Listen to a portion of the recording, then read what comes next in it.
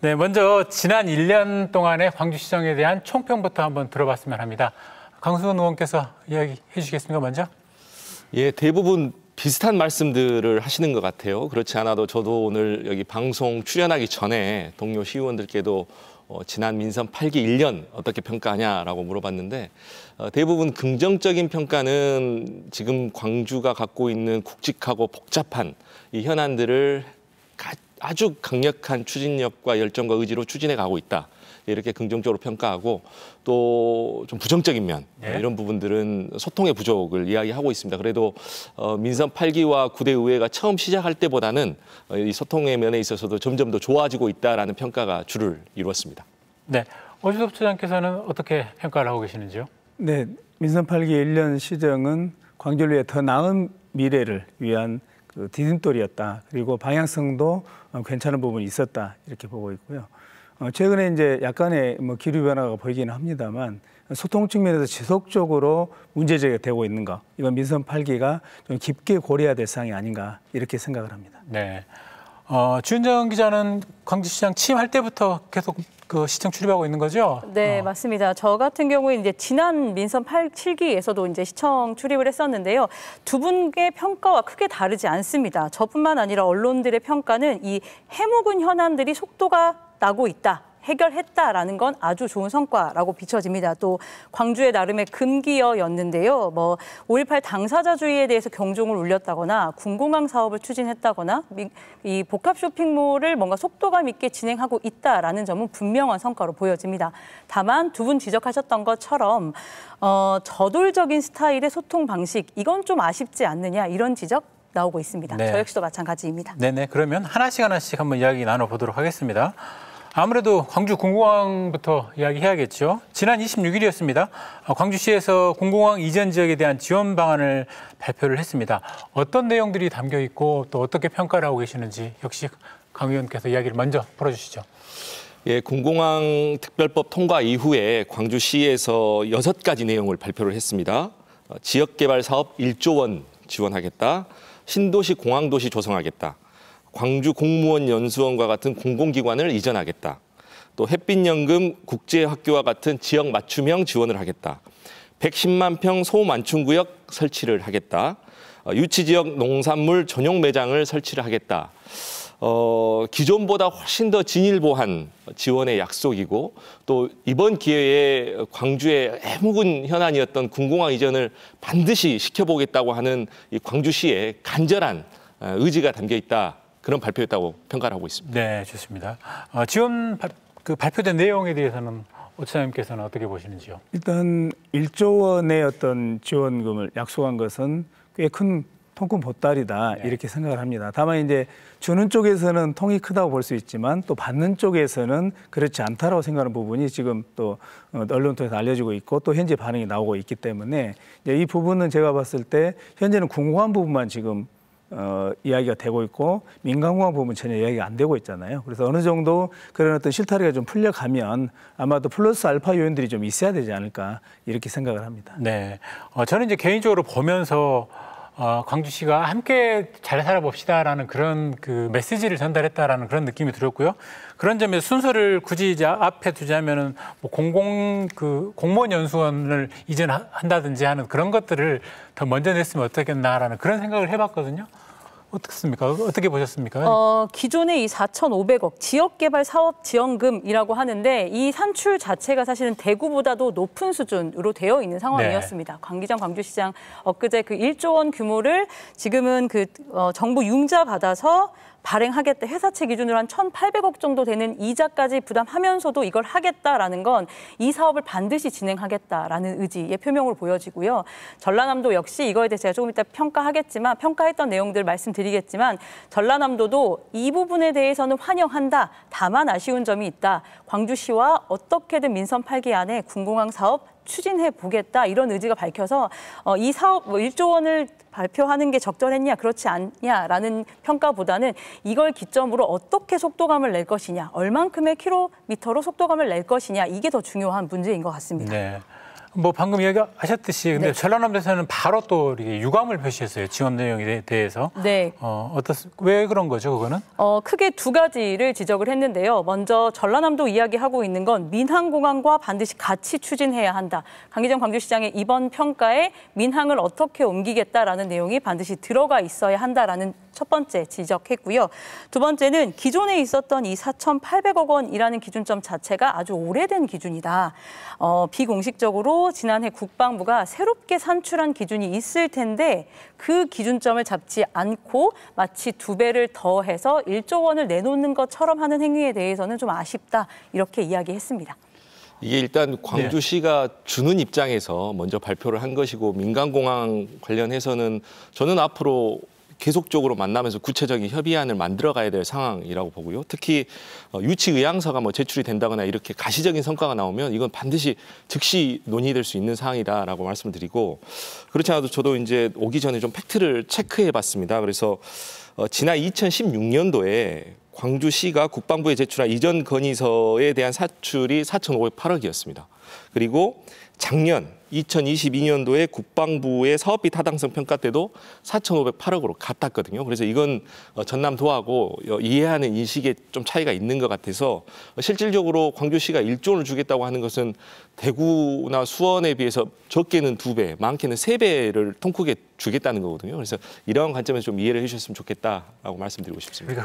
예, 이번에 이제 1조 원이라고 하는 지원 방안을 발표했는데 아까 말씀하셨듯이 전라남도에서 유감을 표명했잖아요. 그리고 또 꽤 강한 유감. 그리고 전투비원장 이전 반대 무한 국민 대책위 위해서는 굉장히 강한 또 유감을 표명을 했는데 지난번 그 5월 10일 날 양 시도지사가 만나서 합의한 내용이 있잖아요. 향후에 어떤 발표를 할 때는 좀 양 시도가 협의해서 하기로 한다. 그런데 이번 같은 경우도 도하고 그런 협의 절차가 없이 광주시에서만 발표를 하다 보니까 전라남도에서는 굉장히 강한 유감이 나왔던 것 같은데 이게 굉장히 미묘한 문제가 있습니다. 왜냐하면 민선 7기 때 광주 민간공항을 무한국장으로 통합하겠다는 공식 협약을 광주시가 어겼던 선례가 있잖아요. 그러니까 전라남도 입장에서는 어떤 식으로든지 광주시가 행보를 했을 때 협의 절차를 거치지 않고 하면 민감하게 반응하고 혹시 다른 뭐가 있지 않을까 하는 부분이 있을 수 있는데 또 저는 한편으로 이렇게도 생각을 해요. 왜냐하면 강기정 시장님께서 오래 정치를 하셨기 때문에 여러 가지 정치적인 셈법을 두고서 이런 행보를 하는 게 아닌가. 때로는 이제 그런 생각도 해보기도 합니다. 시간이 좀 촉박하기는 합니다. 지금 시행령 의견을 받고 있는 기간인데 당장 다음 달쯤에는 이 특별법이 최종으로 확정이 되는데 거기에 광주시의 목소리를 다 잘 담으라면 전라남도가 좀 원만하게 해결되고 있다 이런 모습을 좀 보여줘야 돼서 말씀하셨던 것처럼 전라남도 소통이 좀 부족했다라고 하는데 사실은 내부적인 실무 논의했다고 하긴 하더라고요. 그렇지만 전라남도가 이렇게 유감 입장을 표명하기 전에 이런 문제들이 좀 소통이 됐었으면 어땠나 이런 아쉬움은 있습니다. 사전 협의 없었다는 전라남도의 성명이 나오긴 했지만 사실은 그거는 이제 표면적인 거고 박후에서는 어느 정도 이야기는 좀 됐었다라는 게 우리 주 기자 이야기죠. 그리고 저는 군공항 이전 문제 관련해서는 시도민의 뜻을 충분히 반영해서 지금 추진을 해야 된다라고 봅니다. 최근에 언론사에서 발표한 내용에 따르면 10명 중에 6명 정도가 무한 국제공항 통합 이전에 대해서 찬성을 하고 있는 입장이거든요. 그래서 지금 시기야말로 광주와 전남의 행정의 수장이 뭔가 통 큰 정치력을 발휘해서 지역의 민원을 해결할 수 있어야 된다라고 보고 있고요. 특히 이제 광주와 전남이 한 뿌리 아니겠습니까? 비록 행정구역은 분리가 돼 있지만 불과 민선 7기 때만 해도 광주와 전남 행정통합 이야기 나오고 메가시티 이야기 나오고 이제 그랬던 것을 되살려서 이번에 좀 잘 추진되었으면 좋겠다 이렇게 말씀드리겠습니다. 일단 광주 전남 상생 협력 방안 중에서 가장 우선순위가 지금 이제 이 공공항 이전 문제 그리고 또 민간공항 이전 문제이기 때문에 이 부분을 양 시도지사님이 하여튼 최대한 정치력을 발휘해서 민선 8기에 풀게 되면 아마 가장 큰 성과로 보여지지 않을까 그렇게 생각이 됩니다. 이제 저는 이제 이 프로그램에서 공공항 문제는 당분간 이야기 안 했으면 좋겠습니다. 너무 많이 했거든요, 사실은. 네, 좋습니다.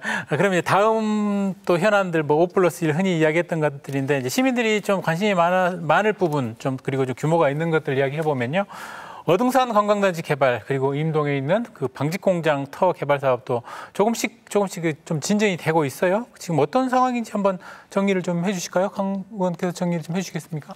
예, 어등산 같은 경우에는 뭐 스타필드 쪽에서 조금 의지가 있는 것으로 보여지고요. 또 전남방직, 일신방직 경우에는 현대 국회에서 이제 안을 제시를 했지 않습니까? 그런데 이제 이 과정에서 결국은 소상공인들과 어떻게 이 문제를 해결해야 될 것이냐가 관건이고 또 이제 그거 복합 쇼핑몰뿐만 아니라 이제 제 지역구이기도 한데 신세계백화점의 확장 이전 문제. 그래서 이제 저는 이러한 부분들에 대해서 정답은 없다.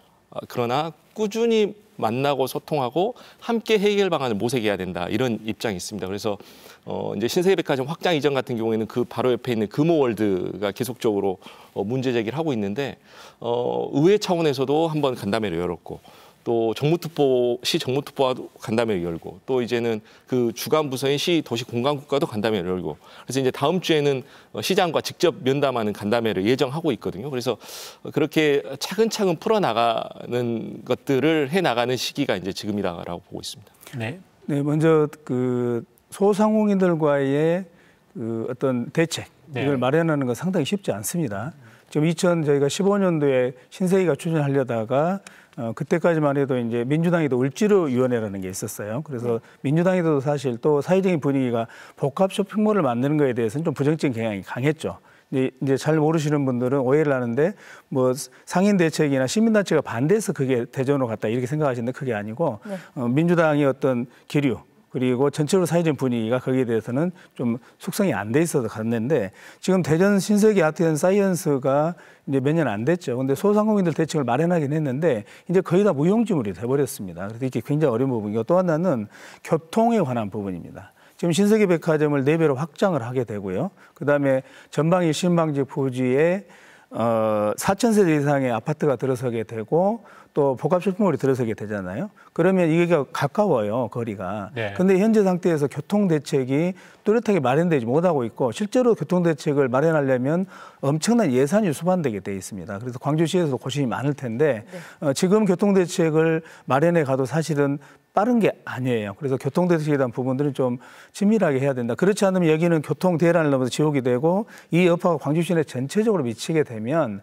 정말 앞으로 광주 시민들 이 교통에서 좀 어려움을 겪지 않을까 그렇게 생각을 합니다. 네, 그래서 방금 말씀 주셨던 것 중에서 결국 이 사업이 진행이 되려면 최우선 가치 어떻게 평가해야 하냐, 이 지역 공원 사업의 규모와 방향성이 어떻게 되느냐에 따라서 지금 반대하고 있는 그 소상공인들의 반대 그리고 시민들의 우려들을 좀 불식시킬 수 있을 것 같습니다. 그렇지만 저희가 강기정 시장이 가장 잘한 일 중에서 이 복합 쇼핑몰의 속도감이 나왔던 이유들도 결국은 이게 도시의 가치를 느끼고 또 지역 자금을 역외로 유출시키는 것들을 좀 방지할 수 있지 않을까, 광주의 경쟁력을 좀 높이는 요인이 되지 않을까라는 측면이 있기 때문에 광주시가 양쪽의 측면들 그리고 이제 사업자가 어쨌든 광주에 투자를 하겠다라는 개념인 거잖아요. 이 지역 공원 사업의 방향성과 규모를 정말 똑똑하게 잘 결정하는 게 말씀하신 이 시민사회단체 우려까지 좀 불식시킬 수 있지 않을까 싶습니다. 네, 교통대책 이야기까지 해주셨는데 사실은 그동안에 이 사업들을 하려다 보면 언제나 그 특혜 논란이라는 단어가 그냥 거의 그 마법사처럼 등장을 해서 그냥 막아서고 사실은 그랬던 건 사실이었던 것 같습니다. 그 부분에 대해서는 이번에 그 두 사업들에 대해서는 어떻게 생각하십니까? 일단은 신세계백화점을 4배로 확장하는 부분에 있어서 이제 그 도시계획위원회가 통과를 시켰고요. 한 9가지 정도의 이제 조건을 달기는 했는데 신세계가 정말로 진정한 이 지역사회에 좀 공헌한다고 마음이 있었다고 한다면 교통대책에서 지금 지하차도를 한 군데 근데 사실 이것도 새로운 게 아니고 당시 2015년도 당시에 할 때 당시에도 계획이 세워졌던 거고 길이도 사실은 짧습니다. 농성광장에서부터 시작을 해서 좀 길이를 늘려야 교통의 좀 흐름도 원활해지고 그리고 저쪽 반대쪽에 있는 기아정차 방향으로도 또 지하도를 놔야 그리고 양방향으로 놨을 때 이게 교통 흐름이 어느 정도 조금 대책이 세워질 텐데 한 방향으로 그리고 과거에 했던 관행대로 했던 거 이것 좀 많이 아쉬운 게 아닌가 생각이 되고요. 또 하나 전방 일방 같은 경우는 면적이 9만 평에 달합니다. 거기는 근대 문화유산도 있고 상당히 이제 보존하는 부분도 많이 있죠. 그리고 거기에 복합 쇼핑몰과 아파트가 이제 들어서게 되는데 여기는 이제 토지지가 상승이 많이 되기 때문에 공공기여를 해야 될 부분이 꽤 있습니다. 현재 협상조정협의회에서 협상을 하고 있는데 문제는 뭐냐면 처음부터 지적을 했어요. 저희 시민단체도 지적하고 또 관련된 전문가도 지적을 했는데 공공기여를 하는 데 있어서 도로, 뭐 이렇게 공원, 뭐 공공용지 사실 이런 부분들은 공공기여에서 빠져야 되거든요. 근데 지난번 시의회에서 주최하는 토론회에서도 지적을 했는데 빠지지 않고 있어요. 그러면 실제적으로 공공기여 양은 어느 정도 보일지 모르겠으나 그런 부분들이 빠지지 않게 되면 이게 이제 어떤 보면 실질성이 좀 떨어지고 그런 숫자들이 들어가게 되기 때문에 그렇죠. 그래서 네. 그 부분은 좀 시에서 또 협상조정협의회에서 면밀하게 좀 협상을 잘해야 되는 거 아닌가 생각이 듭니다. 그런 측면에서 시의회에서의 견제도 꽤 필요할 것 같습니다. 예, 그래서 지금 뭐 도시계획위원회 안에도 2명의 시의원께서 이제 들어가 계시기도 하지만 지난번에 그 교통과 관련해서는 신세계백화점 확장 이전 관련해서 그 주변 민원 청취 기간이 있었어요. 근데 95% 중에 95%로 보면 95%에는 금호월드와